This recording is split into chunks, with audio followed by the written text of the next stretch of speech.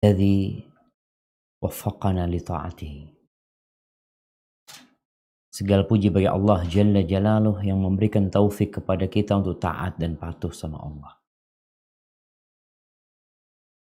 Maka kita berdoa memohon kepada Allah, sebagaimana Dia memberikan kepada kita kemauan dan kekuatan untuk melaksanakan ketaatan. Dia menutup kita dengan ketaatan tersebut tatkala ajal menjemput kita. Allahumma lakal hamdu kulluhu wa lakal syukru kulluhu wa ilaika yurja'ul amru kulluhu. Allahumma salli wa sallim ala sayyidina Muhammadin wa ala alihi wa ashabihi ajma'in. Ya Allah, semoga salawat dan salam senantiasa Engkau curahkan untuk hamba kekasih-Mu, untuk baginda Nabi kita Muhammad alaihi salatu wassalam, untuk keluarga beliau, untuk para sahabat beliau, dan orang-orang yang mencintai beliau alaihi salatu wassalam. Amma ba'd. Ahibati fillah, semua akan mati. Ya, kalau itu sebuah kepastian yang tidak dapat dihindari. Namun Rasulullah SAW seringkali membacakan sebuah ayat ketika beliau menyampaikan khutbatul hajah di awal ceramah beliau. Mungkin kita bisa baca ayat ini di surat Ali Imran.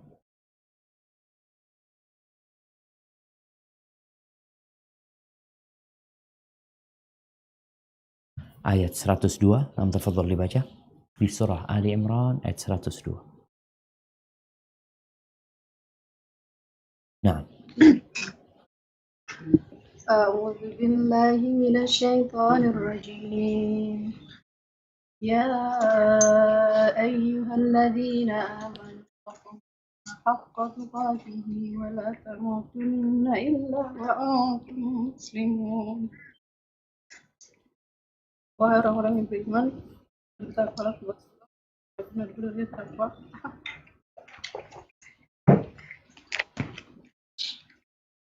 Wahai orang-orang yang beriman, bertakwalah kepada Allah sebenar-benar takwa kepadanya, dan janganlah kamu mati kecuali dalam keadaan muslim. Naam jamaah. Allah Azza wa Jalla memerintahkan kepada kita untuk mempersiapkan diri, untuk jangan mati kecuali dalam kondisi Islam. Ya, kita sekarang muslim. Namun apakah ada jaminan kita mati dalam kondisi Islam? Tidak sedikit orang-orang yang dilahirkan muslim, tumbuh besar di keluarga muslim, tapi mati dalam kondisi tidak Islam. Padahal yang bakal menjadi standar penilaian nantinya adalah penutupnya. Kalau engkau kuliah di semester pertama engkau summa cum laude, kedua seperti itu, ketiga seperti itu, sampai semester 7 seperti itu, semester 8 kau meninggalkan perkuliahan, engkau tidak akan pernah dapat ijazah. Walaupun 7 semester engkau menjadi orang nomor 1. Maka Allah mengingatkan kita, dan Nabi sering membacakan, wala tamutunna illa wa antum muslimun. Jangan mati kecuali dalam kondisi Islam. Godaan dalam perjalanan hidup ini banyak sekali. Dan fitnah terbesar buat umat Nabi Muhammad SAW, harta. Yang terkadang karena harta tersebut dia mati su'ul khatimah. Al-Imam Bukhari mengatakan tentang sebuah hadis yang disampaikan oleh Nabi Muhammad SAW. Beliau mengatakan, wa innamal a'mal bil khawatim. Amalan-amalan itu mengikuti penutup. Ahibati fillah, dalam riwayat Ahmad dari Anas bin Malik radhiyallahu anhu, beliau mengatakan, la alaikum alla ta'jabu bi ahadin hatta tanzuru bima yukhtamu lahu. Kalian tuh nggak perlu takjub sama seseorang, heran sama seseorang ya. Orang ini Masya Allah baik ya. Kadang-kadang kita takjub sama fulan Masya Allah. Kalian jangan terheran-heran sama fulan, sama amalannya, sampai kalian melihat bagaimana matinya dia. Matinya dia tuh gimana? Fa innal amil ya'malu zamanan min umrihi au burhatan min dahrihi bi amalin salih. Sesungguhnya ada seorang yang beramal dalam satu masa dari umurnya, satu waktu dari masa dia dengan amal soleh. Kalau dia mati di atas amalan tersebut, dakhalal jannah, dia masuk surga. Wa innal abda la ya'malul burhata min dahri bi amalin sayyi. Ada orang yang semasa hidupnya, ada satu fase dalam kehidupan dia melakukan amal jahat. Kalau dia mati dalam kondisi berbuat jahat tersebut, di masa itu dia masuk neraka. Thumma yatahawwal. Kemudian ada yang berubah. Kalau tadi dia beramal dengan amalan soleh di satu fase dalam kehidupan dia, kemudian dia berubah. Begitu pula ada orang yang jahat tuh orang. Tapi ternyata datang waktu dia berubah. Faya'malu amalan salihan. Lalu dia beramal soleh. Wa idza aradallahu bi 'abdihi khairan ista'malahu qabla mautih. Kalau Allah menginginkan kebaikan buat seseorang, maka Allah akan memakai dia, mempekerjakan dia. Gimana dipekerjakan tuh orang? Para sahabat bertanya kepada Nabi alaihi salatu wassalam. Qala yuwaffiquhu li'amalin salih thumma yaqbiduhu alaih. Allah memberikan taufik kepada dia untuk beramal saleh, kemudian Allah matikan dia dalam kondisi melakukan amal saleh tersebut. Semuanya ingin seperti itu jamaah. Makanya kita nggak tahu dengan hari esok, ke depannya nih gimana. Fitnah semakin besar. Maka takut untuk su'ul khatimah harus ada di diri hamba.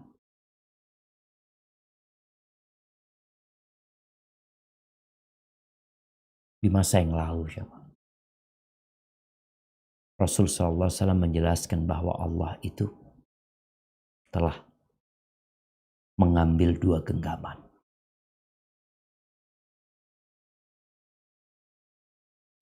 Satu genggaman itu di surga, dan satu genggaman itu di neraka. Dan kita nggak tahu kita berada di genggaman yang mana. Allah, kita nggak tahu.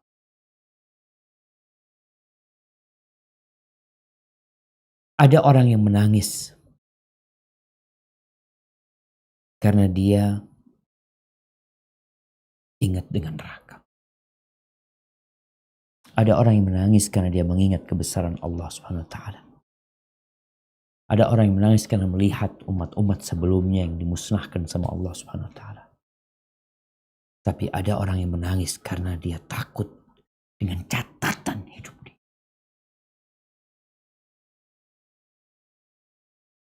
Allah tahu sama kerjaan kita.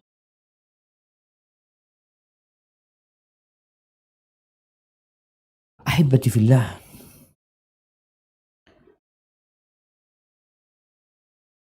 Sufyan rahimahullahu ta'ala, bagaimana kekhawatiran dia dengan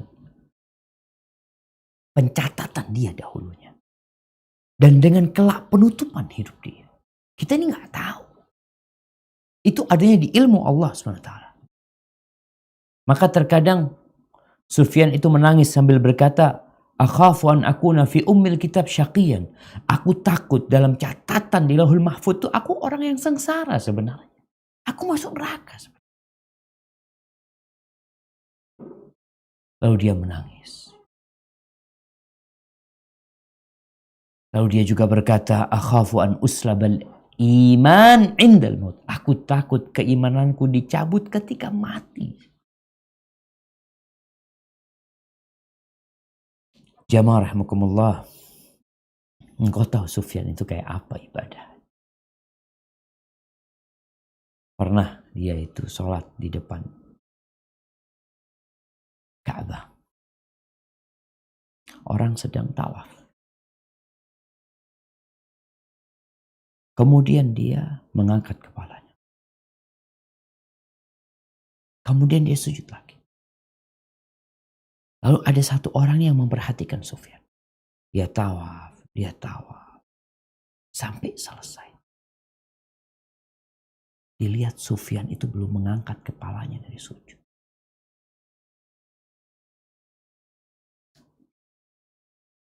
Subhanallah jamaah. Mereka benar-benar takut. Hatim al-Asam. Dia mengatakan, man khala qalbuhu min dzikri arba'ati akhtar. Barang siapa yang hatinya itu kosong dari mengingat 4 mara bahaya. Fahuwa mughtarrun fala ya'lamu syaqa. Fala ya'manu syaqa. Maka dia orang yang tertipu sebenarnya. Dia gak boleh merasa aman dari kesengsaraan. 4 hal nih. 4 mara bahaya. Kita tuh takut dengan sesuatu ya. Mungkin seorang perempuan takut diceraikan sama suaminya. Seorang perempuan dia takut suaminya kawin lagi. Seorang laki-laki takut dia di PHK. Takut dia bangkrut. Ada mara bahaya yang memang mungkin saja menimpa kita. Dan itu membuat kita takut. Tapi ada 4 mara bahaya yang seharusnya hatimu mengingat 4 mara bahaya. Kalau enggak, maka kayaknya kesengsaraan sudah menanti kita. Yang pertama, khataru yaumil mitsaq. Hina qala haula'i fil jannah wala ubali wa haula'i fin nar wala ubali fala ya'lamu fi ayyil fariqaini kana. Mara bahaya ketika hari Allah mengambil perjanjian dari manusia. Allah telah menetapkan sebagian masuk neraka, sebagian masuk surga. Allah sudah tahu jemaah. Dan udah ada dalam ketetapan Allah. Kita tuh masuk yang mana? Engkau pernah kepikiran gak? Pernah khawatir gak? Yang kedua, hina khuliqa fi dhulumatin salat. Fanadal malak bisyaqawati wassa'ada wa la yadri aminal ashqiyai wa illa fi su'adai. Au minas su'ada. Ketika dia janin berumur 120 hari. Ya jamaah. Kita sering ingat kalau bicara rezeki ya tenang kan udah ditulis. Amanlah rezeki, yang penting kita usaha. Jodoh juga udah ditulis. Tapi satu perkara yang kadang kala kita lupa. Ketika malaikat diperintahkan untuk mencatat. Dia tuh mencatat kita itu. Termasuk penghuni neraka atau penghuni surga. Kita tuh berada di mana jemaah?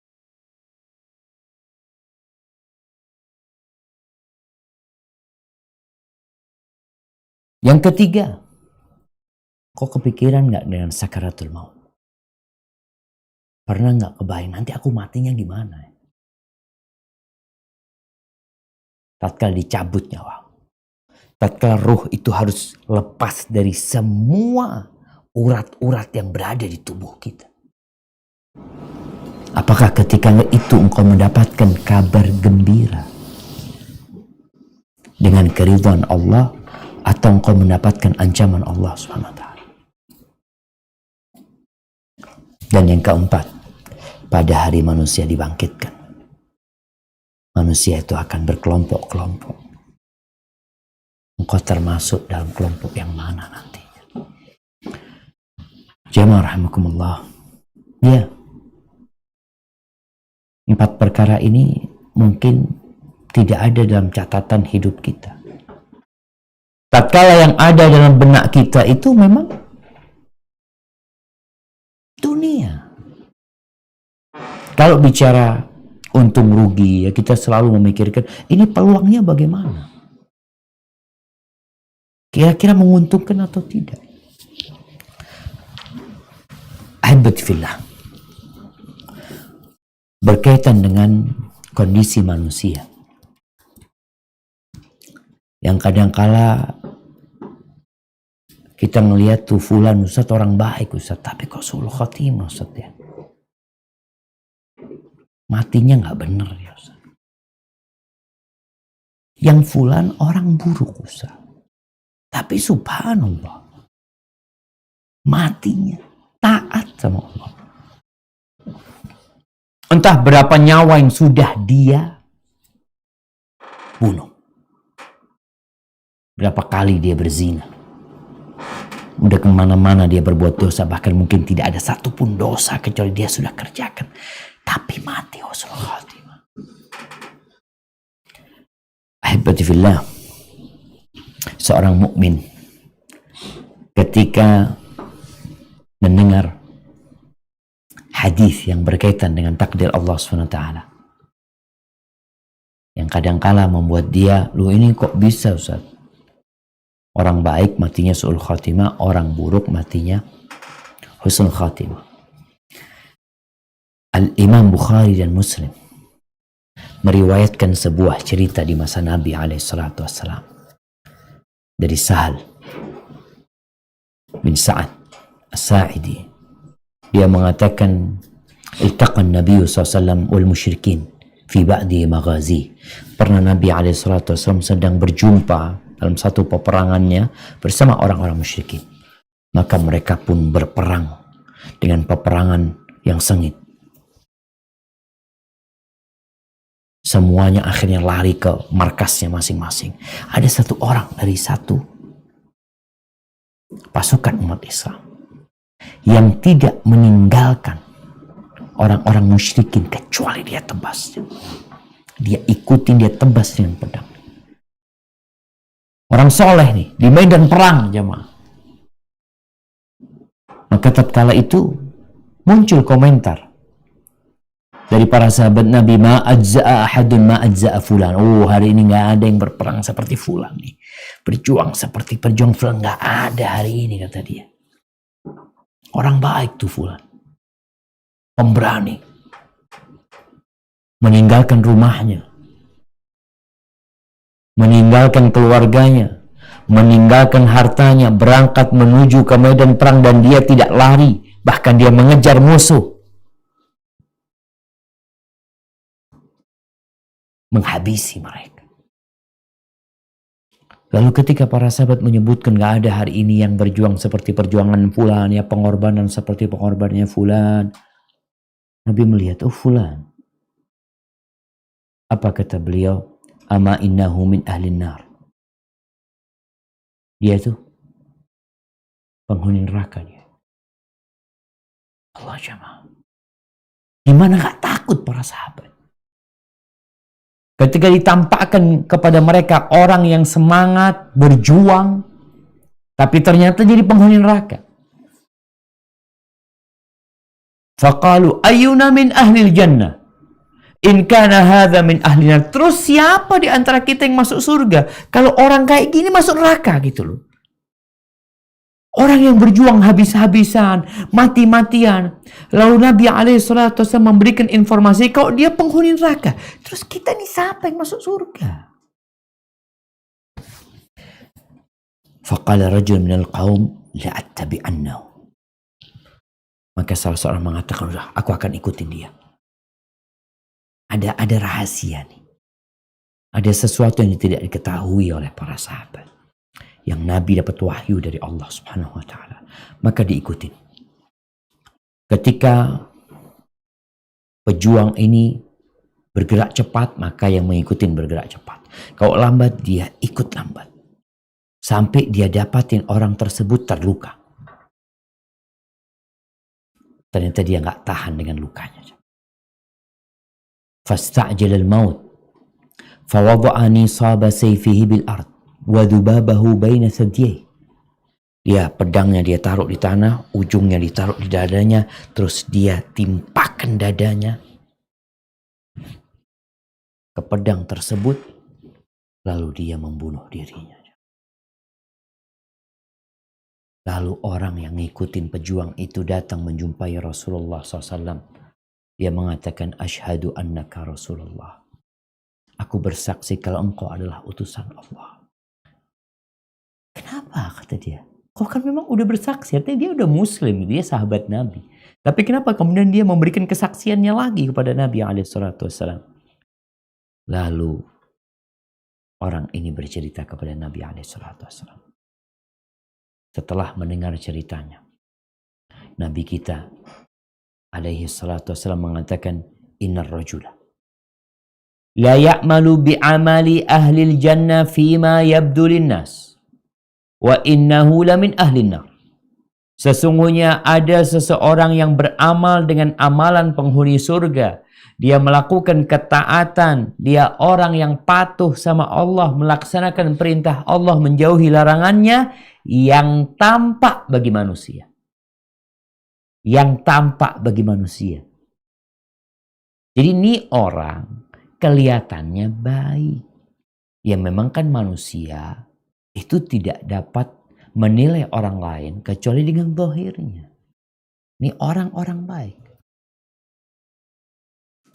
Jadi kondisinya itu karena kita nggak tahu dengan isi hati dia. Wa innahu lamin ahli nar. Padahal dia sebenarnya penghuni neraka. Engkau kan kelihatannya dia orang baik.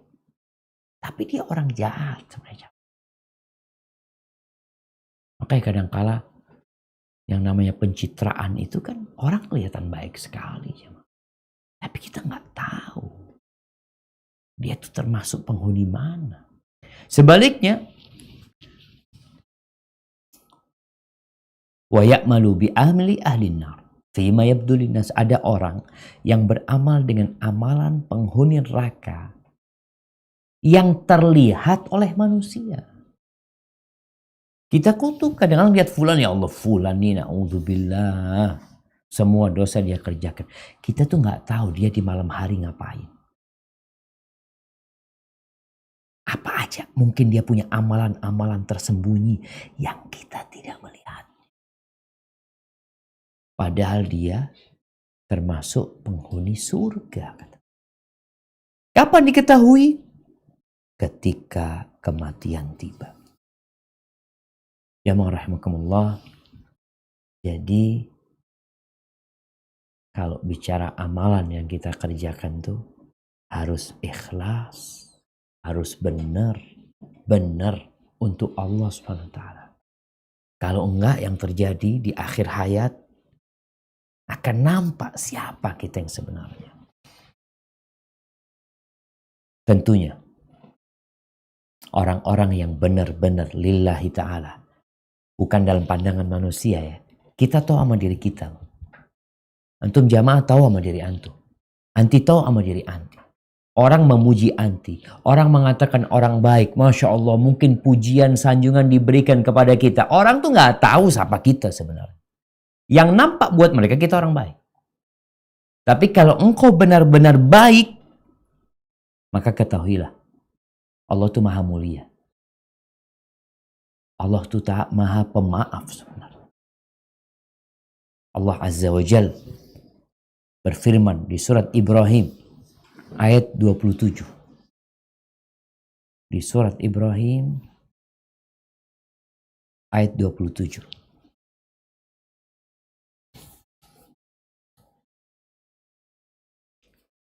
Silahkan dibaca. Surah Ibrahim ayat 27. Nah. أعوذ بالله من الشيطان الرجيم يثبت الله الذين آمنوا بالقول الثابت في الحياة الدنيا وفي الآخرة ويذل الله الظالمين ويفعل الله ما يشاء Allah meneguhkan iman orang-orang yang beriman dengan ucapan yang teguh dalam kehidupan hidupnya dan di akhirat. Dan Allah menyesatkan orang-orang yang zalim dan Allah berbuat apa yang Dia kehendaki. Barakallahu fikum. Tuh. Orang yang beriman, Allah akan teguhkan dia sampai mati. Dia mengatakan la ilaha illallah. Karena dia nggak main-main, jemaah. Fil hayatid dunya wa fil akhir. Dalam kehidupan tatkala dia masih hidup di muka bumi ini, Allah jaga tuh orang. Karena dia nggak pura-pura keimanannya. Amal solehnya juga bukan karena riya atau pamer. Ketika datang kematian, Allah teguhkan hati dia lagi. Mati husnul khatimah. Wa yudhillullahu zalimin. Dan orang-orang yang zalim nih, ada kelompok manusia yang hakikatnya dia itu zalim. Cuma kelihatannya baik sama orang-orang. Wa yaf'alullahu ma yasha. Allah berbuat apa yang Allah kehendaki. Jadi tatkala kalau bicara bagaimana kita ini sedang merencanakan perpisahan yang indah. Gimana Ustaz supaya kita tidak su'ul khatimah, tidak seperti ceritanya fulan atau fulan. Ada orang yang menghafal Quran di masa Nabi SAW, bahkan menjadi penulis wahyu Rasul Sallallahu Alaihi Wasallam, mati dalam kondisi Nasrani. Ada kisah orang sebagai muadzin, sepanjang hidupnya dia azan. Azan di masjid, naik menara dulu, capek. Kalau sekarang mungkin jadi tukang azan tuh Masya Allah. Ada mic, gak perlu teriak-teriak dia, gak perlu lelah. Dulu tuh azan itu naik jamaah ke menara. Wah subhanallah nih orang ketika turun dari menara, tetangga masjid orang Nasrani. Dia tertarik sama perempuan tersebut. Dia melamar tukang adzan nih, muadzin. Yang kata Nabi SAW, atwalun nas a'naqan yawmal qiyamah al-muadzin. Orang yang paling panjang lehernya pada hari kiamat itu orang-orang yang biasa beradzan, kerjanya adzan. Ketika seorang beradzan, batu-batu akan menjadi saksi, daunan akan menjadi saksi, rumput-rumput akan menjadi saksi, manusia yang mendengar akan menjadi saksi. Fadilah yang besar untuk orang yang adzan. Tapi ternyata nih muadzin mati dalam kondisi murtad. Kok bisa? Dia melamar wanita tersebut. Wanita itu menolak kecuali kalau dia masuk Nasrani. Malam pertama dia naik mau jumpain istrinya, jatuh dari tangga, mati. Murtad.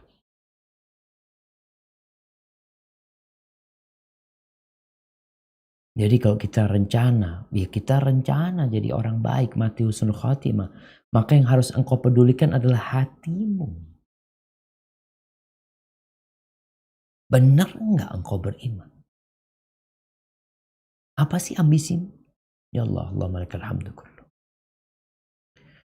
Allah berfirman di surah Al-Ankabut ayat 69. Di surah Al-Ankabut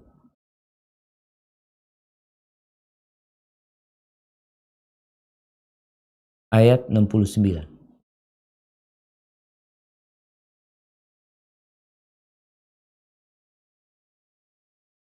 Nah. وَالَّذِينَ جَاهَدُوا فِينَا لَنَهْدِيَنَّهُمْ سُبُلَنَا وَإِنَّ اللَّهَ لَمَعَ الْمُحْسِنِينَ. Dan orang-orang yang berjihad untuk mencari keridhaan Allah, kami akan tunjukkan kepada mereka jalan-jalan kami, dan sungguh Allah beserta orang-orang yang berbuat baik. Barakallahu fikum. Ya rahimakumullah. Allah itu nggak mungkin menyia-nyiakan amalan hambanya. Kalau engkau sungguh-sungguh beribadah kepada Allah, mendekatkan diri kepada Allah, Allah itu akan jaga dirimu. Dijagain sama Allah. Allah akan kasih petunjuk. Dan Allah itu bersama orang-orang yang melakukan amal kebajikan. Jadi sekali lagi kalau kita melihat ada orang soleh, Kok tahu-tahu matinya su'ul khatimah. Lalu kadang-kala kita jadi bingung kok bisa seperti itu. Bahkan mungkin ada su'udzon sama Allah. Kok bisa orang baik kayak gini su'ul khatimah? Gimana dengan kita-kita ini? Dia kan baik menurut dirimu. Menurut standar manusia, ini orang baik. Tapi di diri dia, Allah yang tahu sama dia sebenarnya. Jadi kalau kita bicara apa yang tampak oleh manusia itu, ilmu kita terbatas.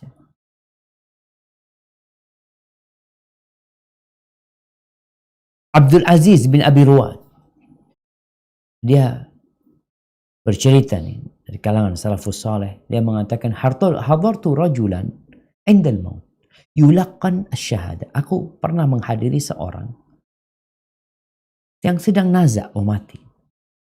Dia ditalkini la ilaha illallah. Disuruh untuk membaca la ilaha illallah. Tapi apa yang diucapkan sama orang ini? Dia mengatakan kafirun bima taqul. Aku kafir dengan apa yang kau ucapkan. Subhanallah. Man kana akhiru kalamihi la ilaha illallah dakhalal jannah. Barang siapa yang akhir ucapannya la ilaha illallah, dia masuk surga. Ini dia mengatakan kafir dengan ucapan ini. Maka bingung.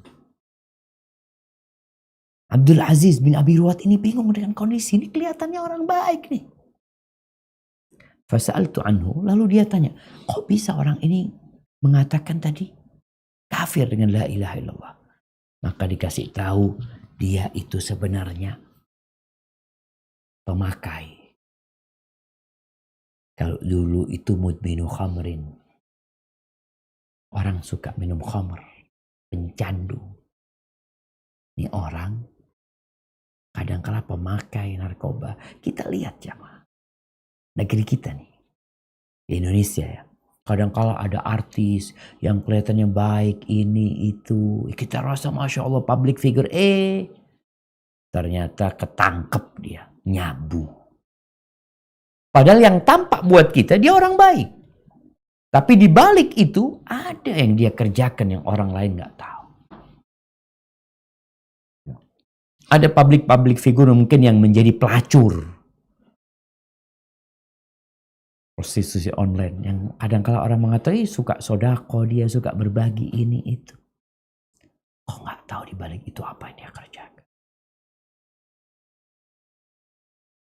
Maka Abdul Aziz mengatakan kepada orang-orang yang hadir menyaksikan tuh orang mati su'ul khatimah. Dia mengatakan ittaqudz dzunub fa innaha hiyallati awqa'atu. Kalian hati-hati sama dosa-dosa ini kerja. Jangan meremehkan dosa. Tuh dosa yang mengantarkan dia sampai nggak bisa ngomong la ilaha illallah, bahkan kufur dengan la ilaha illallah. Padahal muslim, jamaah, muslim. Jamaah rahimakumullah. Kalau bicara sebab-sebab agar kita husnul khatimah, mungkin tadi beberapanya sudah disebutkan ya. Yang pertama kita mulai itu perencanaan ya. Orang merencanakan ya Allah Ustaz, anak kepingin mati husnul khatimah. Ya iyalah semua ingin.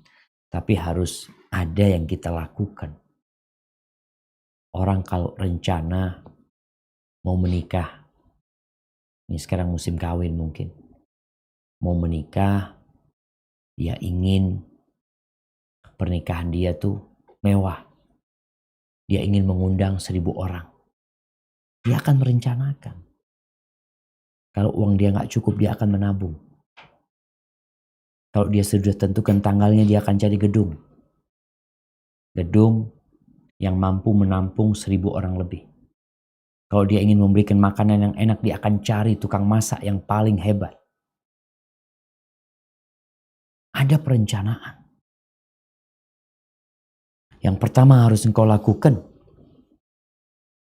memperbanyak doa yang dibaca Nabi alaihi salatu wassalam. Ini rencana. Kita harus memperbanyak doa. Apa doanya? Ya muqallibal qulub, tsabbit qalbi ala dinik. Hari ini kau baca doa itu enggak? Kemarin kau baca enggak? Sebelumnya engkau baca enggak? Atau engkau doanya minta sembuh dari COVID? Iya, kita minta kesembuhan. Minta dijauhkan dari penyakit. Kita minta wabah ini diangkat. Naam. Tapi setelah wabah itu diangkat, apa ada jaminan engkau mati husnul khotimah? Nabi SAW memperbanyak doa, ya muqallibal qulub, tsabbit qalbi ala dinik. Maka tatkala sahabat mendengar Nabi sering baca ini jemaah. Ada sahabat yang datang menjumpai Nabi SAW. Ya Rasulullah, amanna bika wa bima ji'ta bihi, fahal takhafu alaina. Wahai Rasulullah, kita kan udah beriman kepadamu dan kita beriman dengan apa yang engkau bawa. Apakah engkau khawatir dengan kami? Apa jawab Nabi SAW? Nah, Nabi itu khawatir sama kita jemaah. Yang udah beriman, yang udah sholat malam, yang udah puasa Senin Kemis, yang udah berjuang jalan Allah. Nih sahabat Nabi. Bagaimana ibadah mereka?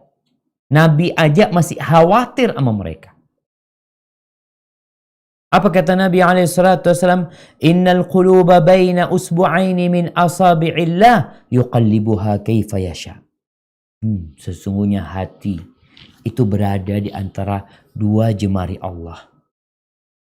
Allah balikkan semau Allah subhanahu. Semau Allah. Tapi ingat, Allah tuh tidak mungkin mensia-siakan orang yang berjuang dengan benar-benar. Allah tidak menzalimin hambanya. Gak mungkin orang soleh dimasukin neraka. Gak mungkin. Gak mungkin orang baik su'ul khatimah. Enggak. Dan gak mungkin orang jahat husnul khatimah. Pasti dia tuh orang baik. Cuma kan antum gak tahu. Yang membunuh 100 orang tuh jamaah. Ternyata dia udah lama mau tobat. Di hati dia ada rasa takut. Kok bisa dia matinya tobat? Dalam kondisi udah 100 orang yang dia bunuh. Ya. Allah tahu dengan dia. Khususnya yang berkaitan dengan amalan hati. Dan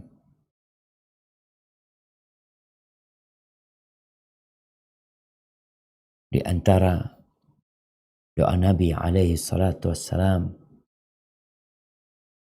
beliau berdoa, ya waliyal Islam. Beliau mengatakan, wahai walinya Islam, ya Allah Azza wa Jal, ya waliyal Islam wa ahlahu, wahai pelindung Islam dan orang-orang yang memeluk agama Islam ini. Tetapkan aku di atas Islam ini sampai berjumpa dengan engkau. Sampai berjumpa. Masikni bil Islam hatta alqa. Masikni bil Islam. Tetapkan aku berpegang teguh dengan Islam ini sampai aku berjumpa sama engkau. Karena Allah berpesan, wala tamutanna illa wa antum muslimun. Jangan mati kecuali dalam kondisi Islam. Terus caranya, ya minta sama Allah. Doa. Jangan cuma minta rezeki doang. Ya. Baik, yang kedua. Tahu tadi doa ya. Yang kedua, terus berusaha melakukan ketaatan. Dan takut sama Allah. Artinya, melakukan ketaatan tapi takut gak diterima. Karena itu tanda orang-orang yang beriman. Dia tuh berbuat baik, berbuat amal soleh, hatinya takut. Kayak lagi ada amalan yang kita kerjakan, sholat, zakat, kemarin kurban kita potong kambing, potong sapi, engkau ngerjakan amal ketaatan. Alhamdulillah ada orang yang tadi nampaknya baik. Tapi hatimu gimana? Disinilah kita berusaha untuk memperbaiki lahir kita dengan melaksanakan ketaatan dan menjaga hati kita untuk tetap takut sama Allah Subhanahu wa taala. Allah ketika menyebutkan orang-orang yang baik, jemaah. Subhanallah. Allah berfirman, mungkin bisa dibuka Qur'annya, di surat Al-Mu'minun.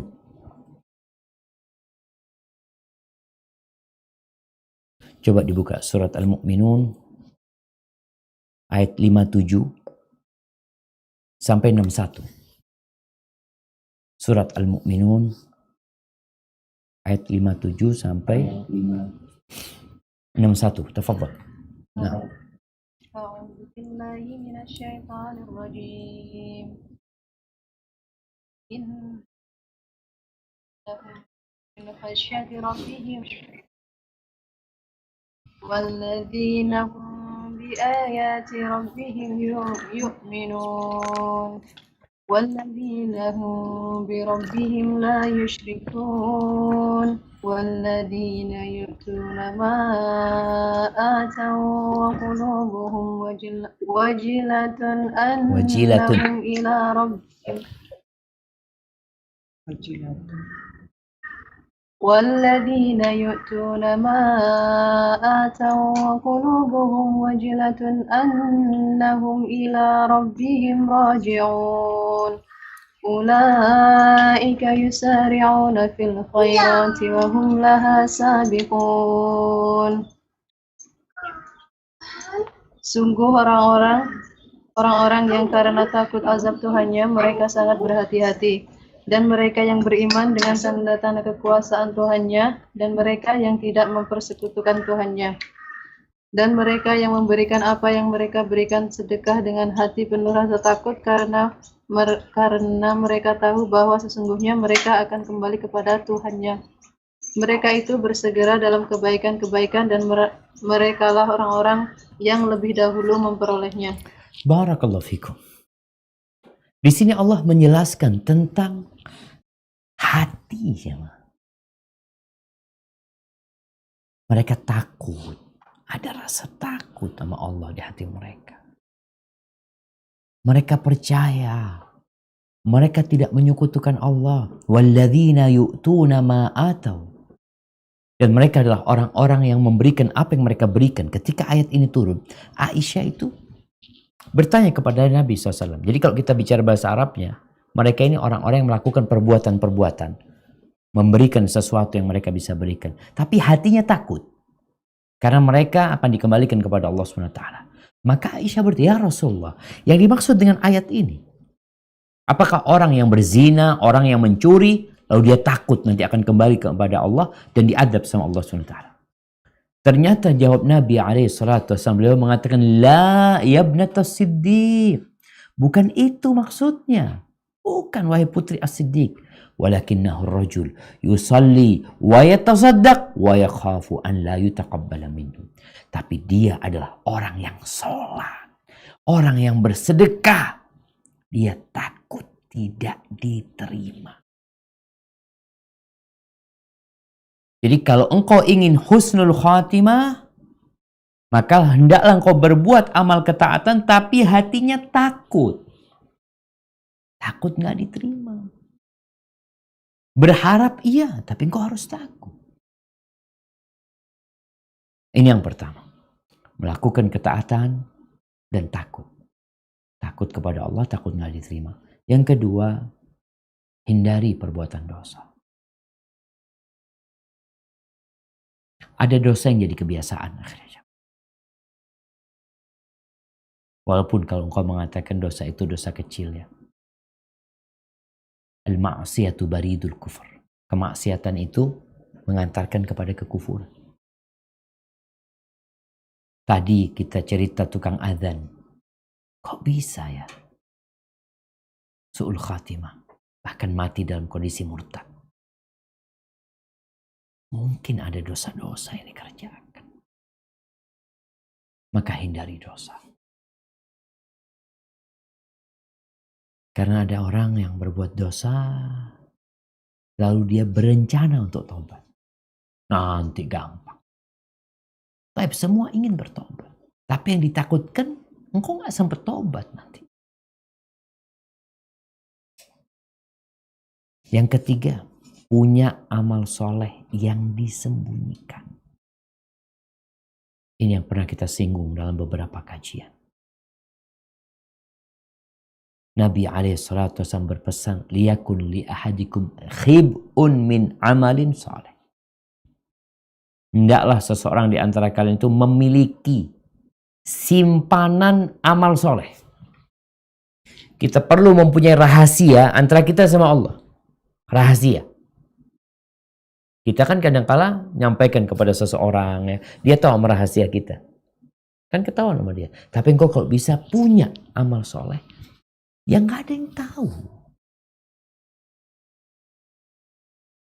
Bagaimana Rasul SAW ketika menyebutkan tentang salah satu dari 7 golongan yang akan mendapatkan naungan Allah adalah warajulun. Kata Nabi SAW, tasaddaqa bisadaqatin fa'akhfaha. Seorang yang bersodakoh dengan sebuah sodakoh, lalu dia menyembunyikannya. Hatta la ta'lama shimaluhu ma tunfiqu yaminuhu. Sampai tangan kirinya nggak tahu yang disodakohkan sama tangan kanan. Amal soleh yang tersembunyi. Di sini kita tahu juga kenapa sholat sunnah dianjurkan di rumah. Amalkan di rumah. Dan kesempatan untuk punya amal soleh tersembunyi ini sebenarnya kesempatan yang sangat besar sekali buat para wanita. Engkau di rumah.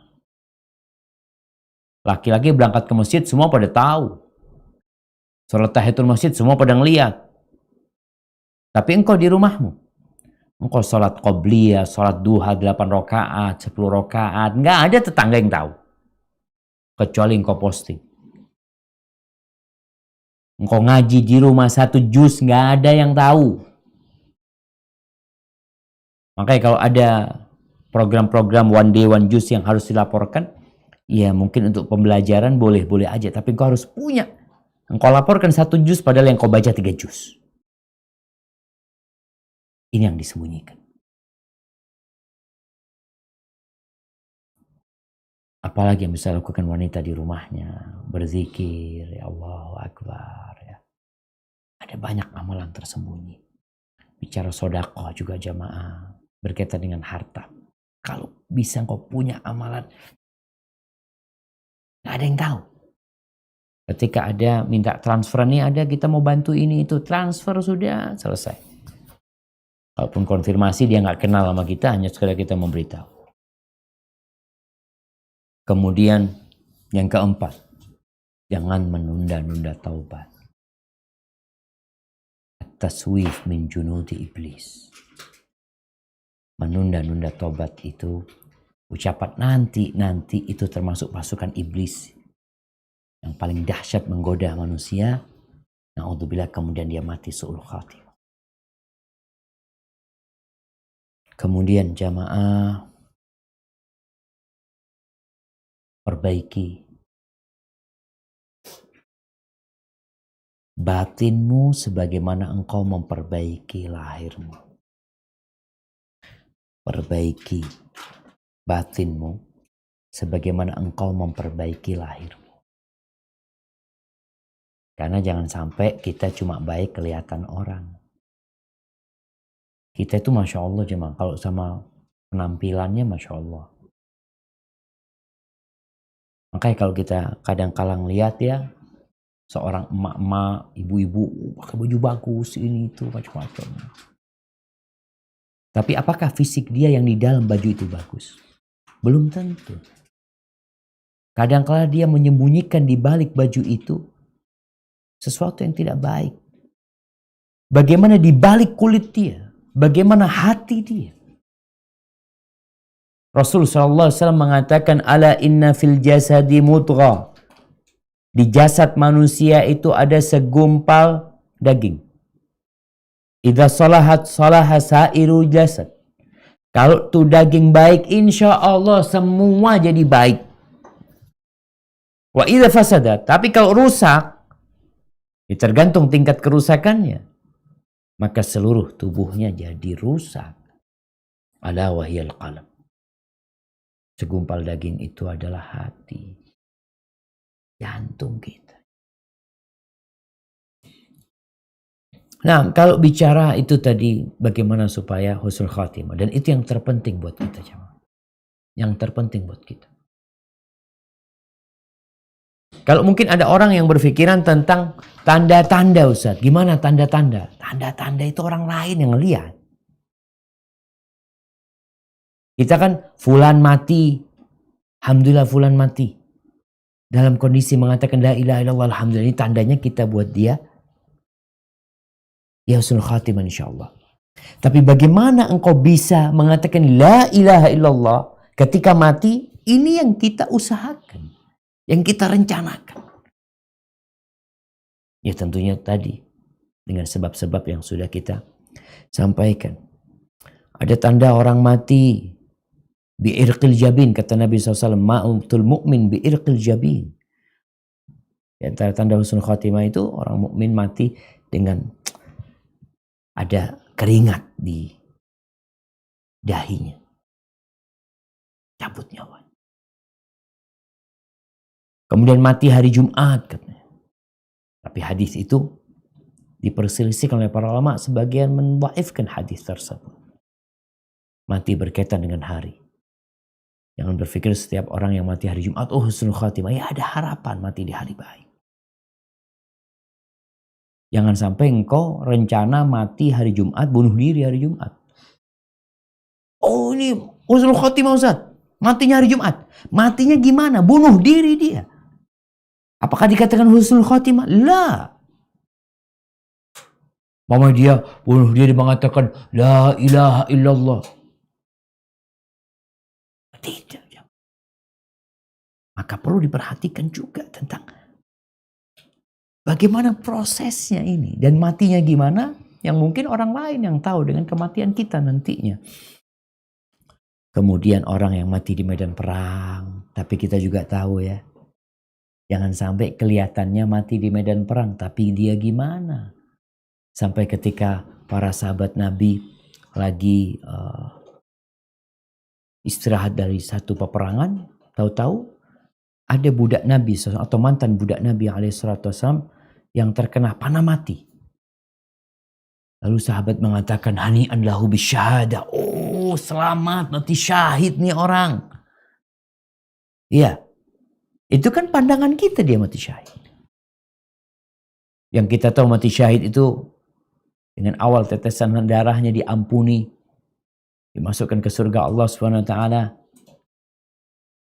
Ruhnya itu akan berada di rongga burung hijau terbang di surga Allah SWT. Para sahabat tahu dengan janji-janji itu. Dan dia matinya terbunuh di medan perang. Apa kata Nabi SAW? Oh, gak kayak gitu. Inna syamlah. Kau tahu ada kain yang dia ambil. Yang tidak termasuk bagian dia dari harta rampasan perang. Itu membakar diri dia. Subhanallah syamah.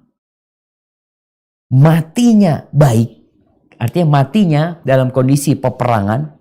Tapi gara-gara perbuatan dosa dia. Ternyata dia diadab sama Allah SWT.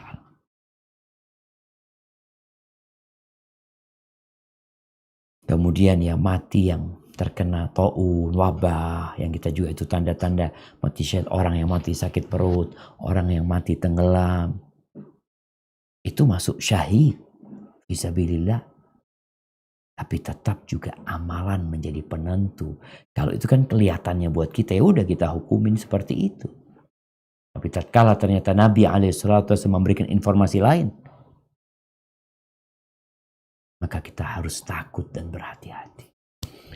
Hadza wallahu a'lam bishawab. Mungkin kita masuk ke sesi tanya jawab ya. Ana mohon maaf atas keterlambatan tadi karena ada sesuatu yang tidak diinginkan. Tapi itulah takdir Allah Subhanahu wa taala. Nah, tafadhal.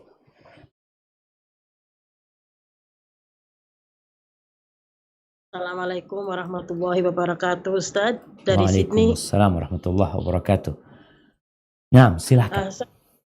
Mau tanya ini, Ustaz, kalau orang tua meninggal, amalan-amalan yang kita bisa teruskan, silaturahim dengan orang-orang yang kerabat yang orang tua. Itu bagaimana dengan orang yang menyakiti orang tua kita? Ada sebagian yang menghindari, itu hukumnya gimana, Ustaz? Barakallahu fikum. Tapi kerabat itu. Iya, Ustaz. Yang menyakitin kerabat. Taib jamaah. Nah, ini pertanyaan menarik sekali ya. Memang di dalam hadis Nabi SAW, Nabi menyatakan inna min abarril birri silatul rajuli ahla wuddi abih ba'da an tawalla. Termasuk kebaktian anak kepada orang tuanya, kebaktian yang maksimal itu adalah dia menjalin hubungan baik dengan orang-orang yang dicintai oleh orang tua setelah orang tua meninggal dunia. Bagaimana dengan kerabat yang orang tua kita nggak suka sama dia karena menyakitin orang tua kita? Apa yang harus kita lakukan? Maka engkau harus tahu dengan posisimu. Kalau ternyata dia kerabat, engkau sebagai anaknya punya kewajiban menyambung silaturahim. Bukan bicara berbakti sama orang tua nih.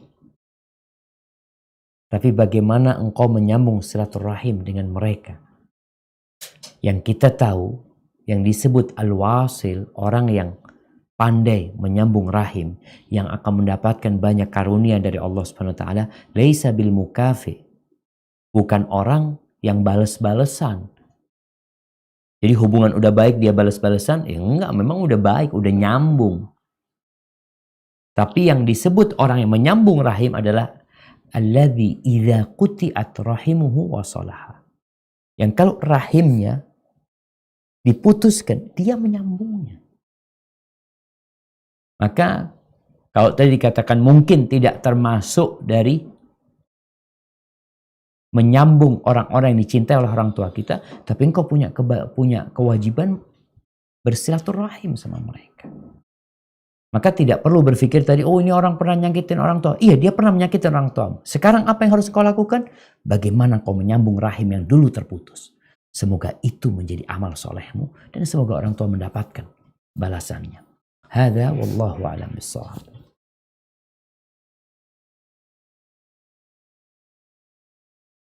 Ini dari Brisbane.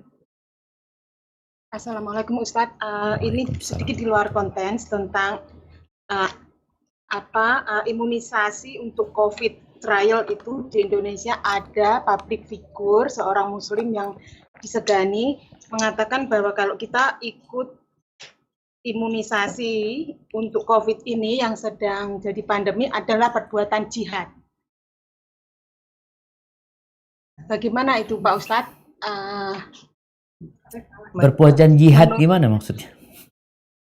Perbuatan jihad, karena statementnya begitu dan dia itu public figure, di mana-mana fotonya itu di belakang Pak Presiden. Ini teman saya. Kalau ada ini public figure, seorang muslim disegani, dia mengatakan, mantan duta besar, dia mengatakan imunisasi trial COVID sekarang ini untuk semua netizen, please, ini adalah sebuah perbuatan jihad. Ya. Iya, jazakallahu khairan. Barakallahu fikum. Iya jemaah. Kalau kita bicara jihad, jihad itu memang ada jihad dengan harta, ada jihad dengan jiwa. Apakah kita menjadi percobaan ya untuk COVID ini termasuk jihad? Wallahu a'lam bishawab. Memang Nabi SAW mengatakan ketika ditanya siapa orang yang paling dicintai Allah. Apa kata Nabi SAW? Anfa'uhum linnas. Orang yang paling dicintai Allah adalah orang yang paling bermanfaat buat orang lain. Kalau tadi kita ikut percobaan ini, demi memberikan manfaat kepada orang lain. Kembali kepada niatnya. Bukan gaya-gayaan, bukan pencitraan, bukan karena iming-iming uang atau apa, tapi memang dia mengharapkan keridhaan Allah SWT dengan memberikan manfaat kepada umat manusia. Semoga dia mendapatkan pahala yang besar. Tapi kalau masuk babnya jihad fi sabilillah, wallahu alam bissawab. Ana nggak tahu. Begini jamaah ya, memang kadangkala ketika ada ketidakpercayaan dari publik kepada satu aturan atau satu perkara gitu ya. Memang terkadang agama dihadirkan di sana. Karena kalau kita bicara agama, kita bicara keyakinan.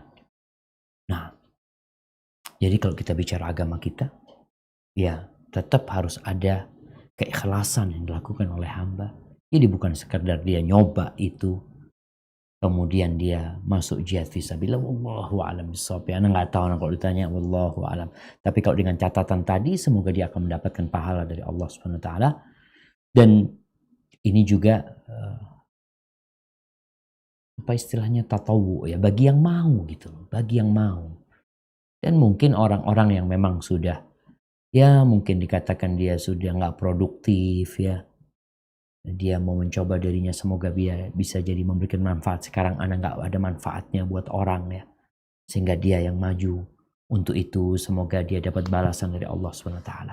Hadza wallahu a'lam bissawab. Assalamualaikum warahmatullahi wabarakatuh, Ustaz. Waalaikumsalam warahmatullahi wabarakatuh. Pertanyaan dari ada sebuah keluarga yang anaknya anaknya mau kawin dengan anak yang keturunan bapaknya Syiah dan ibunya Sunni, tapi anaknya bilang dia ikut ibunya yang Sunni. Bagaimana itu, Ustaz? Mohon penjelasan solusinya. Orang tuanya sudah melarangnya. Barakallahu fiik. Iya jamaah. Kita bicara ya, merencanakan husnul khatimah. Ini termasuk dari bab perencanaan tadi. Apakah ketika engkau menikah dengan perempuan tersebut, laki-lakinya atau laki-lakinya? Yang tadi dikatakan insya Allah dia ikut ibunya yang Sunni. Namun engkau akan berinteraksi dengan mereka, dengan keluarga mereka. Yang mau tidak mau pengaruh itu sedikit besar akan ada. Dan hati itu lemah. Tatkala engkau memiliki kekuatan keimanan yang dengannya ada harapan engkau dapat masuk ke keluarga tersebut dan memperbaikinya dengan selamat, dirimu tidak terpengaruhi, itu bisa jadi jalan kebaikan. Tapi kalau ternyata itu beresiko besar untuk dirimu, maka seorang mukmin menimbang-nimbang. Kita bicara perang, Rasulullah SAW ketika perang Uhud, beliau tuh pakai baju besi, double beliau pakai, demi untuk menyelamatkan diri. Maka sekarang kalau bicara kekuatan keimananmu, kekuatan hatimu, untuk nantinya di tempat keluarga baru tersebut tidak terpengaruh, maka tafadhol. Tapi kalau engkau ya mudah-mudahanlah anak berusaha ini itu, tapi resiko masih ada, maka lebih baik engkau menghindari ya. Lebih baik menghindari, tapi di sisi lain juga jamaah, kadangkala kita perlu menyelamatkan anak orang. Iya. Kalau dia tetap di keluarga tersebut, mungkin si anak ini akan terpengaruh. Gimana ketika umpamanya dia keluar dari tempat tersebut dan ada kepastian dia benar-benar di atas sunnah, maka tafadhol. Rasa yang perlu dilakukan sekarang itu adalah meneliti lebih dalam lagi, suruh tuh anak mempelajari lagi, setelah itu menimbang-nimbang antara positif dan negatifnya. Setelah itu dia menetapkan. Karena pernikahan ini bukan sesuatu hal yang mudah jamaah. Hadza wallahu a'lam bissawab. Assalamualaikum Ustadz, kami dari Waalaikumsalam Kuala Lumpur, warahmatullahi Malaysia. wabarakatuh. Naam, tafadhal. Ada titipan pertanyaan. Ayah saya meninggal 3 bulan lalu di Jakarta. Sampai saat ini kami di Malaysia belum bisa pulang ke tanah air. Ibu saya memutuskan untuk membuat batu nisan untuk makam beliau. Kami sebagai anak tidak sampai hati untuk menyampaikan ke ibu bahwa dalam batu nisan tidak sesuai dengan sunnah. Apakah boleh dalam hati kami sebagai anaknya tetap menolak pembuatan batu nisan tersebut, walaupun tidak bisa langsung menyampaikan kepada ibu? Mohon nasihat. Tunggu, maksudnya batu nisan itu batu apa kijingan yang dibuat di atas kuburan? Batu ada tulisan nama saja, Nah, tapi diperbagus batunya. siap. Barakallahu fikum. Ya jamaah, ya berkaitan dengan batu nisan memang mungkin yang lebih baik ya adalah batu saja, tidak perlu nama. Namun sebagian ulama membolehkan ketika bicara hanya nama sebagai tanda. Karena tujuan batu dibuat, Nabi SAW ketika memakamkan sahabatnya Uthman ibn Mad'un, saudara susu Nabi SAW, Nabi minta batu. Lalu diambilkan batu, diletakkan di tempat kepala itu kuburan. Apa kata Nabi SAW? Hakadha ata'allamu qabra akhi. Wa adfinu man mata min ahli. Atau kama qala Nabi SAW. Seperti ini, dengan cara ini aku tahu kuburan saudaraku. Jadi batu itu sebagai tanda bahwasanya ini kuburan saudaranya. Maka di sini sebagian ulama membolehkan kalau sekedar memberikan batu nisan dan memberikan nama sebagai tanda doang, bukan untuk berbangga-banggaan ya. Kadang-kala batu nisan supaya lebih bagus dari tetangganya ini itu yang bermasalah. Tapi tak kalah sekedar sebagai tanda supaya kita tahu ya. Karena nanti kalau kita datang ke Indonesia semua kuburan sama gitu. Batunya sama. Yang mana kuburan bapakku? Jadi bukan untuk menjadikan berbeda dengan nisan-nisan yang lainnya. Tapi sekedar memberikan tanda. Maka insya Allah itu masih dalam koridor yang diperbolehkan. Walaupun sebagian ulama tetap melarang hal itu. Memang ada khilaf di sini. Jadi sekali lagi, kalau sekedar sebagai tanda saja, bukan untuk menyebutkan kebaikan-kebaikannya, tanda aja buat kita supaya kita tahu itu kuburan ibu kita. Hadza wallahu a'lam. Saya rasa nggak ada masalah buat anti. Tinggal anti bagaimana mengarahkan orang tua. Batu yang biasa sekedar bagi untuk tanda aja itu lebih ringan lah daripada bikin batu yang dari marmur yang bagus, apalagi dibikin kijingan. Hadza wallahu a'lam bissawab.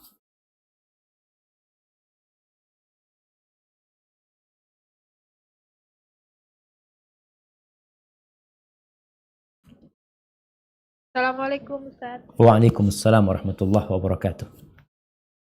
Ya Ustadz ini saya dari Sydney mau bertanya masalah yang kita insya Allah secara sebisa kita insya Allah mendidik anak untuk cara Islam dengan cara Islam. Dan kita berdoa semoga anak-anak kita menjadi anak yang soleh dan soleha. Nah kalau seumpama ini Ustadz, alhamdulillah anak-anak kita ini besarnya nggak benar gitu Ustadz. Apalagi kan tinggal di sini pergaulan ya Ustadz. Nah itu apa kita masih dapat tuntutan Ustadz nanti di akhirat kelak? Jazakallahu khairan Ustadz. Barakallahu fikum. Ya jamaah. Bicara anak ya. Orang tua semua ingin anaknya soleh, soleha. Sebelum anak itu lahir, dia sudah berdoa, Rabbi habli minas salihin. Terus gimana kalau nanti ternyata anak tersebut jadi nggak benar? Apakah orang tua akan dimintai pertanggungjawaban? Kalau bicara engkau akan ditanyai, iya. Akan ditanyain. Tinggal sekarang apakah engkau sudah mendidik anak-anakmu dengan baik dan benar? Tinggal nanti dijawab. Kalau ternyata jawabanmu tidak diterima sama Allah SWT, maka tentunya Allah akan murka makin. Anak itu amanah. Kata Nabi SAW, kullukum ra'in wa kullukum mas'ulun an ra'iyat. Kalian akan ditanya tentang apa yang dibawa kepemimpinan kalian. Kalau kita belum maksimal, ya udah berarti kita yang salah. Tapi kalau kita udah maksimal, makanya kita tahu nih, ini tempat nggak bener nih. Ini tempat nggak bener. Kita biarin anak-anak kita main di sana, maka engkau akan ditanya. Sebagaimana ketika seorang yang membunuh 100 orang itu, ketika dia hendak bertobat, apa kata orang alim itu? Engkau nggak boleh tinggal di kampung sana. Ini sebagai konsekuensi dari tobat yang sebenarnya. Engkau tinggalkan kampung sana, ini ada kampung yang baik. Maka ternyata untuk menjadi orang baik itu, salah satunya adalah menciptakan lingkungan yang baik. Kalau dikatakan di sana dia nggak bisa baik, maka orang tua harus cari tempat lain untuk menyelamatkan anak-anaknya. Karena sekali lagi engkau akan ditanya sama Allah SWT. Jadi kalau dikatakan, ya gimana nggak bisa ini Ustaz? Ya, engkau mengatakan tidak bisa pun nanti akan ditanya, apakah benar engkau tidak bisa? Atau engkau tidak mau? Ada perbedaan, jemaah. Memang ada orang-orang yang Allah maafkan. Tapi ada orang-orang yang nanti akan ditanya gitu loh. Intinya orang tua maksimal. Ya lihat apakah aku sudah maksimal sesuai dengan yang diajarkan dalam agama kita. Atau aku belum maksimal. Kalau belum maksimal, maka maksimalkan. Doanya apa aku udah maksimal orang tua. Karena sekali lagi ada orang tua yang jadi mesin pencari uang. Yang ada di benak dia cuma fulus. Dia pikir anak ini akan bahagia, akan senang dengan fulus. Padahal fulus itu akan pergi. Hadza wallahu a'lam bissawab. Nah. Ini dari Brisbane, Ustaz. Nah. Barakfik. Umpamanya kita melakukan perbuatan maksiat dan kita sudah bertaubatan nasuha dan kita sering hampir tiap harinya itu melakukan perbuatan maksiat yang kecil-kecil, terus kita juga sudah bertaubatan nasuha dalam setiap sholat sunnah atau apa. Apakah perbuatan maksiat kita yang sudah kita bertaubat itu akan dimintai pertanggungjawabannya ketika kita di yaumul qiyamah, di yaumul hisab nanti. Jazakallahu khair. Barakallahu fikum. Nah, jamaah. Jadi berkaitan dengan hisab pada hari kiamat itu ada beberapa kaidah penting yang sudah dijelaskan oleh Allah dan Rasulnya. Salah satunya berkaitan dengan orang yang sudah bertobat. Apakah dia nantinya tetap akan ditanya tentang dosa-dosa dia yang dia lakukan? Mungkin bisa dibuka firman Allah Subhanahu wa taala di surat Al-Furqan ayat 68 sampai 70. Ayat 70 aja yang dibaca. Di surah Al-Furqan ayat 70.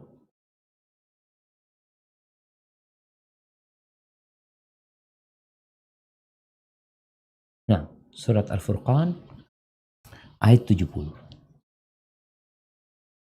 Nah, silakan dibaca.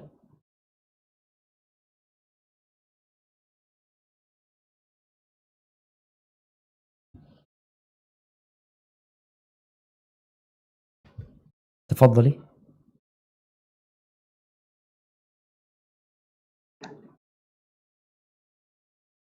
A'udzu billahi minasyaitonir rajim. Illa man taba wa amana wa amila amalan sholihan fa ulaika yubaddilullahu sayyi'atihim hasanat wa kana Allahu ghafurur rahim.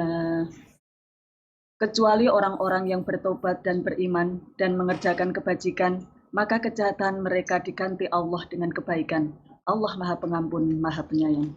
Subhanallah jemaah. Tuh. Dia bertobat, ingat. Dia beriman. Di sini keikhlasan dia dalam tobatnya. Dia sempurnakan rukun tobat. Wa amila sholihan. Lalu dia berubah jadi orang baik. Maka bukan dia ditanya tentang dosa-dosanya nantinya. Ketika tobatnya udah diterima. Tapi malahan kalau dia melakukan 10 dosa besar, dia melakukan 100 dosa, itu Allah ganti jadi pahala buat dia. Namun tetap kita perlu takut. apakah kita udah benar tobatnya apa belum?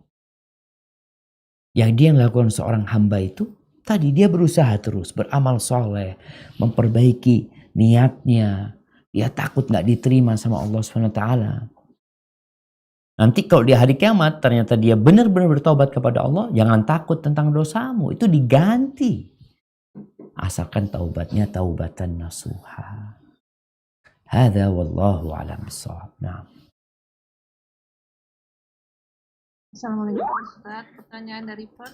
Waalaikumsalam warahmatullahi wabarakatuh. Nah. Assalamualaikum Ustaz, mau bertanya. Tafadhal. Saya punya teman Ustaz Muslim berhijab, kita suka ke kajian bareng. Beberapa tahun lalu suaminya meninggal karena jantung. Lalu setelah itu kan dia jadi janda, anaknya 2 masih kecil-kecil. Dia pergi ke Jakarta kerja di perusahaan Nasrani ya kayaknya Ustadz. Setelah itu dia lepas jilbab dan beberapa bulan lalu saya dengar dia murtad Ustadz. Tadinya kami itu sama teman-teman saling bantu ya Ustadz ya buat anak-anaknya sebelum dia kerja.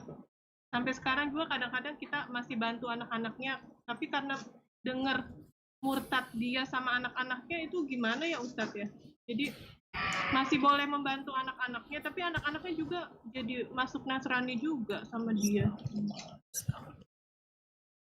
Subhanallah jamaah. Subhanallah. Rasul sallallahu alaihi wasallam mengatakan badiru bil a'mal fitanan qaqita'il lailil muzlim. Kalian segeralah beramal sebelum datang fitnah-fitnah yang seperti potongan malam gelap gulita. Gelap jemaah. Orang jadi bingung mau berbuat apa. Yusbihur rajulu mu'minan wa yumsi kafiran. Paginya beriman, sorenya udah murtad. Sorenya beriman, paginya udah murtad. Kenapa dia melakukan itu? Kenapa dia bisa keluar dari agama Allah Subhanahu wa taala? Yabi'u dinahu bi'aradin minad dunya. Dia menjual agamanya untuk mendapatkan sedikit kenikmatan dunia. Ingat, kemaksiatan itu mengantarkan kepada kekufuran. Awalnya dia menanggalkan jilbab. Udah nih. Dosa nih. Dia mungkin berpikir enggak lah demi anak-anakku, karena kalau pakai jilbab nggak boleh kerja di sana gitu, macam-macam lah alasannya. Tapi karena dia sudah mulai memilih dunia daripada Allah SWT, maka akhirnya dia jual full agamanya. Jadi Nasrani. Na'udzubillah ya. Maka kita yang sekarang ini benar-benar kisah ini membuat kita harus lebih takut jemaah. Mungkin sebagian kita ada yang suaminya mati duluan. Ditinggal anak banyak. Bingung mau bekerja apa. Ada tawaran sana, tawaran sini. Yang kadang-kala tawaran situ mengandung unsur kemaksiatan. Tapi mau gimana Ustadz? Demi anak-anak. Pakai doa semoga Allah menetapkan kita di atas agamanya. Kembali kepada pertanyaan gimana, apakah masih boleh membantu ya. Jadi kadang-kala membantu kita itu bukan dengan harta doang jamaah. Usahakan kita kalau punya kawan yang seperti itu, yang pertama dilakukan tulis surat buat dia. Pernah di masa Umar bin Khattab radhiyallahu anhu, ada satu orang yang biasa datang ke Madinah, lalu nggak pernah datang lagi. Lalu Umar bertanya kepada orang-orang, ma balu fulan, fulan gimana kondisinya? Aduh, udah berubah dia. Jadi nggak benar dia udah. Di situ Umar memanggil sekretarisnya, tulis surat. Dan dia meminta kepada orang-orang untuk mendoakan dia. Dan alhamdulillah setelah dia membaca surat tersebut, dia kembali kepada Allah SWT. Maka tugas teman-temannya ini tulis surat sama dia. Ajak dia. Ketika memang umpamanya dia tetap bersikeras seperti itu, sebenarnya kita itu membantu. Boleh kita membantu orang Nasrani. Asalkan bukan zakat kita berikan kepada mereka, boleh-boleh aja.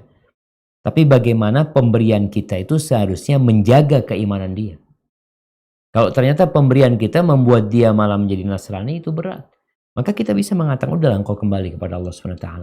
Urusan anak-anak kita bantuin, engkau pun nanti kita bantuin. Dengan harapan dia kembali kepada Islam. Tapi kalau enggak, ya ketika berencana untuk memutuskan bantuan, itu diperbolehkan juga. Tapi intinya, harapan kita, bantuan kita itu berdampak positif kepada dia, sehingga jadi orang baik, kembali kepada jalan yang benar. Hada wallahu a'lam bishawab. Nah. Dari Kuala Lumpur, Malaysia, Ustaz. Nah, tafadhal. Assalamualaikum warahmatullahi wabarakatuh. Waalaikumsalam. Ustadz, Ana mau tanya, ada kawan, dia tahu bahwa Allah Maha Pengampun. Dia selalu berbuat maksiat dan selalu menunda taubat karena dia tahu kalau Allah Maha Pengampun. Nah, adakah solusi atau apa yang bisa kita berikan ke seseorang tersebut agar dia meninggalkan kemaksiatan tersebut? Barakallahu fikum. Nah, jamaah. Ya, kalau kita tahu kapan kita mati, enak jamaah. Anak kayaknya mati 2 jam lagi. Orang tuh akan ke masjid tobat, ya, minta ampun sama Allah SWT. Tapi kita nggak tahu. Maka gimana sekarang memotivasi saudara kita supaya meninggalkan kemaksiatan dan bertobat kepada Allah SWT? Salah satu caranya mengingatkan dia dengan kematian.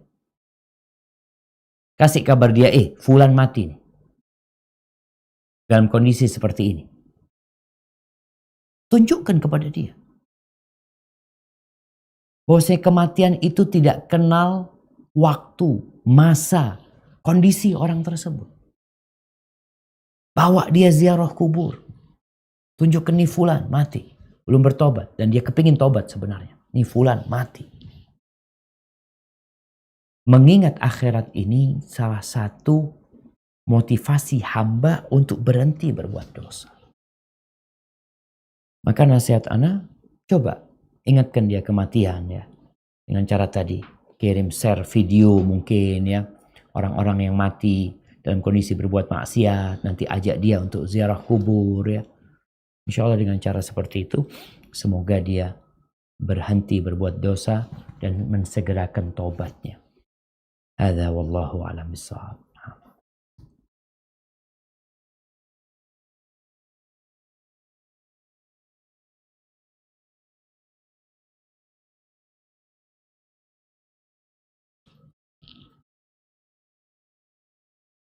Ya, barakallahu fiik Ustadz, kami dari Brisbane. Nah. Mohon nasihatnya Ustadz, di sini ini kan banyak kajian, ada kajian fikih, ada kajian tafsir, ada kajian tazkiyatun nufus gitu kan. Nah. Jadi sebenarnya mana yang harus kita prioritaskan dahulu dalam penuntut ilmu ini, memilih mana yang harus didahulukan sebenarnya dalam kita menuntut ilmu. Mohon nasihatnya Ustadz. Jazakallah khair. Nah, barakallahu fikum. Jemaah, kalau bicara mana yang diprioritaskan ya, mungkin teman-teman yang ngaji ini levelnya beda-beda. Ada yang baru ngaji, ada yang udah lama ngaji, ada yang seharusnya jadi ustadzah mungkin, udah ngajar dia tuh seharusnya. Jadi karena mengikuti level yang berbeda-beda ini, mungkin memang harus dibikin kelas. Ada kelas pemula. Apa ngajinya itu? Kalau bicara fikih, ini pemula tahu-tahu belajar haji udah. Wudunya belum benar dia tuh. Tapi karena dia baru belajarnya, maka mungkin ke depannya perlu tadi adanya pengkelasan, pembagian kelas. Mana yang harus lebih diutamakan? Ya tentunya kalau kita bicara mana yang lebih diutamakan adalah tauhid. Dan belajar tauhid ini tidak harus pakai kitab tauhid. Bisa jadi belajar tauhid dari tafsir. Tafsir itu, Quran itu sumber utama ilmu tauhid. Umpamanya sana ya, kita bicara tauhid dulu. Itu yang lebih utama orang untuk memperbaiki keimanan dia. Setelah dia benar ya, naik lagi nih. Dan kita asyhadu an la ilaha illallah, asyhadu anna Muhammad Rasulullah. Belajar nanti sholat.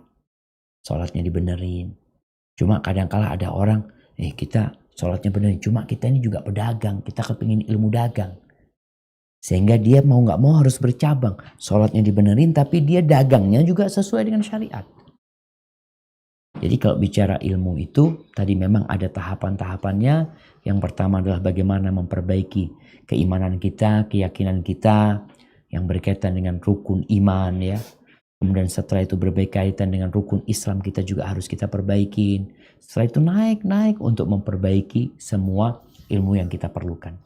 Jadi Ana rasa mungkin teman-teman di Australia perlu memang membuat kelas-kelas nantinya. Semoga dengan cara seperti itu semua bisa mendapatkan ilmu dan tidak bosan. Soalnya kadang-kala orang kalau udah belajar, dia udah belajar nih, tahun lalu udah belajar, udah selesai. Tahun ini dia pelajaran itu lagi. Kadang-kala dia mengatakan, ya Allah, kata dia kepingin yang lainnya. Mungkin bisa dibikin, walaupun jumlahnya nggak banyak, tapi harapan Ana. Jadi memang, nih ibu-ibu nih, emak-emak nih, kalau dia kajian sepekan umpamanya 3 kali. Sebulan dia itu berapa pertemuan? Berarti 12 pertemuan. Setahun dia punya berapa pertemuan? 144 pertemuan. Setahun nih. Kalau dia 10 tahun udah ngaji, udah berapa? 1440 pertemuan. Itu kalau kuliah udah lulus S1 ya. S1 itu satu semester berapa pertemuan? Berapa SKS? 140-an ya, 140-an, 144 mungkin seperti itu. Itu kalau sudah dilakukan, sebenarnya sudah harus ada yang bisa ngajar nantinya. Kalau serius. Jadi harapan kita tuh ustadz-ustadz ini membantulah, tetap ada kajian mau ustadz-ustadz. Tapi kalau ada teman-teman yang udah selesai, alhamdulillah udah selesai kitab tauhid, dan alhamdulillah ana juga sudah tadi kalau bisa ada tesnya ya. Jadi ketika selesai kitab tauhid, adakan ujian. Sehingga mereka semua mengkaji ulang. Baru naik lagi ke kitab yang lainnya. Hadza wallahu a'lam bishawab. Nah. Satu lagi pertanyaan dari Perth ya Ustaz. Siap. Assalamualaikum warahmatullahi wabarakatuh Ustaz. Waalaikumsalam warahmatullahi wabarakatuh. Saya melanjutkan pertanyaan yang dari Perth tadi. Bila orang tuanya sekarang, dulunya orang tuanya itu udah mengajari anaknya dengan syariat Islam dengan baik, dengan semaksimal kemampuan orang tua itu untuk mendidik anaknya. Setelah itu qadar Allah, orang tua ini meninggal lebih dahulu. Terus dengan jalannya waktu, tiba-tiba anak ini berubah Ustaz, menjadi nauzubillah min dzalik gitu, tidak sesuai dengan apa yang diharapkan doa dari orang tuanya itu. Apakah si orang tua yang meninggal ini mendapatkan pertanggungjawaban atas apa yang dilakukan anaknya setelah dia meninggal dunia? Jazakallah. Nah, barakallahu fikum jamaah. Subhanallah jamaah. Ya, ini bicara tanggung jawab di akhirat ya. Memang di antara kaidah hisab pada hari kiamat itu, orang tidak akan dihukum karena dosa orang lain. Orang tidak akan dihukum karena dosa orang lain. Allah Azza wa Jalla mengatakan, "Wala taksibu kullu nafsin illa 'alaiha wa la taziru waziratun wizra ukhra." Enggak mungkin orang fulan berbuat dosa, ada yang dosa. Ada yang dihukum, enggak. Itu sebuah kaidah. Maka tenanglah dengan hisab yang akan Allah berikan yang penuh dengan keadilan. Nggak akan ada yang dizolimin seberat atau sekecil semut merah pun nggak ada. Terus pertanyaan tadi, anak akan dihukum nggak? Ya kalau memang nggak ada kerjaan orang tua di sana, orang tua akan diminta pertanggungjawaban. Dia sudah menyelesaikan tugasnya sampai ajal menyebut dia selesai tugas dia. Dia mati. Ketika anak itu berbuat jahat setelah itu dan bukan karena kesalahan orang tua, maka orang tua nggak akan dihukum. Orang tua akan dihukum karena kesalahan dia, bukan kesalahan anaknya. Kesalahan orang tua tidak ngajarin anaknya sholat. Akhirnya anaknya nggak sholat, orang tua akan dihukum. Kesalahannya kesalahannya anak apa bapak? Kesalahan bapak. Anak tetap akan dihukum dengan kesalahan dia. Bapaknya pernah mengajarkan kepada anaknya perbuatan dosa. Ngajarin tuh sama anaknya. Bapaknya mati. Anaknya terus berbuat dosa, bapaknya akan dapat. Tapi bukan karena kesalahan anaknya, kesalahan bapaknya. Hanya saja ada dosa tambahan buat dia. orang tuh berbuat dosa gara-gara dia, maka dia dapat perbuatan dosa yang dikerjakan sama anaknya tanpa mengurangi porsi dosa anaknya. Itu dosa dia yang ngajarin. Jadi seperti itu. Jadi kalau orang tuanya telah mengajarkan kebaikan kepada anaknya, kemudian anaknya melakukan kebaikan, bapaknya akan dapat terus pahalanya. Tapi sebaliknya kalau bapaknya sudah mengajarkan kebaikan, tapi ternyata anaknya setelah matinya bapaknya berbuat jahat, maka bapaknya tidak akan dihukum. Hadza wallahu a'lam bissawab. Mungkin pertanyaan terakhir. Assalamualaikum dari Kuala Lumpur, Malaysia, Ustadz. Nah, tafadhali. Dalam situasi pandemi seperti sekarang ini, misalnya apabila orang tua kami tinggal di Indonesia, mengalami mungkin sakit atau terkena musibah yang lain, walaupun ada saudara di sana yang lebih dekat tinggalnya yang bisa menemani orang tua kami, apakah kami sebagai anak yang jauh akan berdosa karena tidak datang mengunjungi orang tua di tanah air? Mohon nasihatnya, Ustaz. Ya, barakallahu fikum. Naam jamaah rahimakumullah. Berbakti kepada orang tua itu bukan hanya dengan setor muka. Kadangkala ada orang tinggal satu rumah sama orang tua, tapi juga nggak berbakti sama orang tua. Bahkan suka nyakitin hati orang tua. Maka buat teman-teman yang tidak bisa pulang karena kondisi pandemi, sampai kadangkala orang tua meninggal dunia, yang kemudian dia tidak bisa ikut menguburkan orang tuanya, tapi dia tetap bisa berbakti sama orang tua. Dengan cara telepon tiap hari sama orang tuanya, berbagi sama orang tuanya, momentum-momentum indah di rumah orang tuanya dikasih tahu. Karena biasanya orang tua itu bahagia dengan kebahagiaan anaknya. Lalu sekarang dengan sistem online ini kita lebih bisa menyenangkan hati orang tua sebenarnya, walaupun tidak harus kumpul sama orang tua. Jadi intinya jamaah, berkaitan dengan berbakti sama orang tua, dimanapun kau berada, engkau tetap bisa berbakti sama orang tua.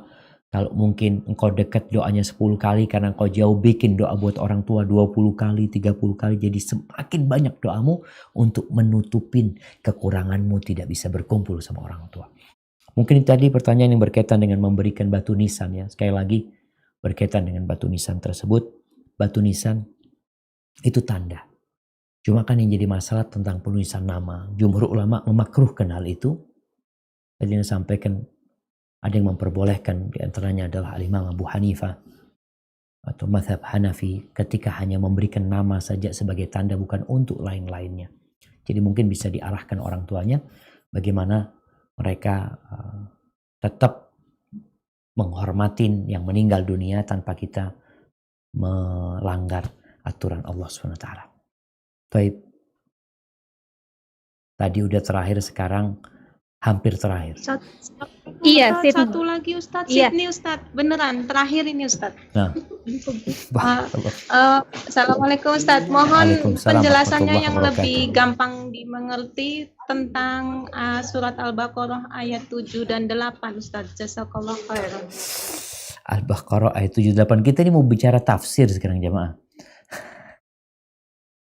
Tunggu bentar. Nah. Al-Baqarah ayat 78.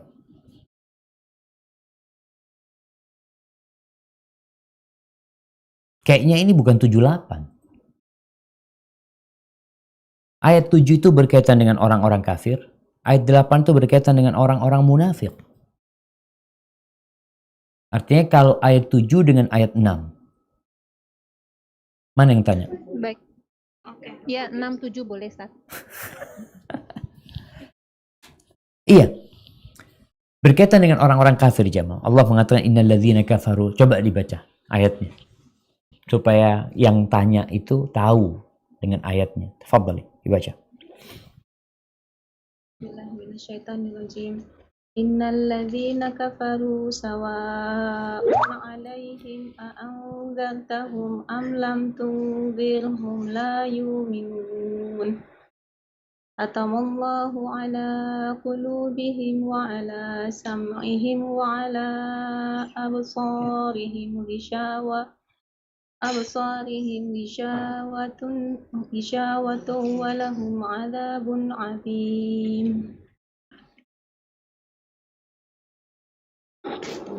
Sesungguhnya orang-orang kafir sama saja bagi mereka kamu beri peringatan atau tidak kamu beri peringatan. Mereka tidak juga akan beriman. Allah telah mengunci mati hati dan pendengaran mereka dan penglihatan mereka ditutup. Dan bagi mereka siksa yang amat berat. Barakallahu fikum. Ya jemaah. Mungkin kita mikir, kenapa Allah tutup hati mereka? Kenapa nggak bermanfaat nasihat buat mereka? Ini hukuman Allah buat mereka. Mereka dikasih tahu, mereka udah dikasih tahu. Artinya, ingat Al-Baqarah ini turun di Madinah. Bagaimana Rasulullah SAW berdakwah selama 13 tahun di kota Mekah. Udah dikasih tahu, ayat-ayat Allah turun. Mereka minta mukjizat, dikasih. Tapi nggak beriman. Maka akhirnya Allah mengatakan kepada Nabi SAW, nggak berguna lagi engkau kasih manfaat, ngasih dakwah sama mereka. Hatinya udah ditutup. Kenapa ditutup? Karena berbuat dosa. Karena ngeyel. Membangkang. Jadi penutupan hati mereka itu hukuman yang disegerakan di dunia. Seperti ada orang, umpamanya, dia mau sholat malam tapi nggak bisa sholat malam. Mau sholat tapi kok nggak bisa ya? Allah hukum engkau, jadi kau nggak bisa sholat malam. Hatimu tertutup. Berat. Maka berkaitan dengan orang kafir ini juga peringatan buat kita jemaah. Kita jangan sampai dikasih tahu lalu kita nolak, akhirnya nanti nggak bisa dikasih tahu. Awalnya dikasih tahu, artinya orang kafir dikasih tahu, didakwain mereka. Tapi ada fase mereka nanti udah tertutup hatinya.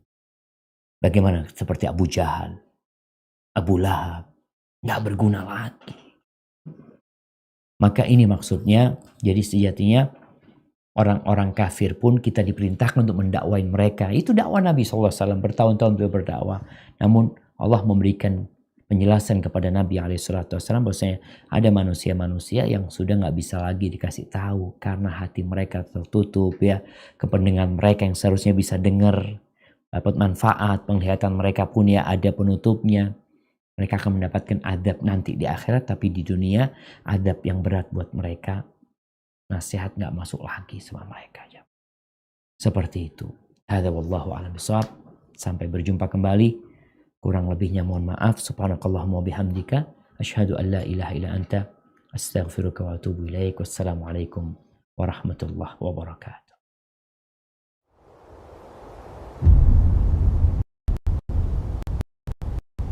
Klik tombol berikut untuk mendapatkan update ilmu yang bermanfaat.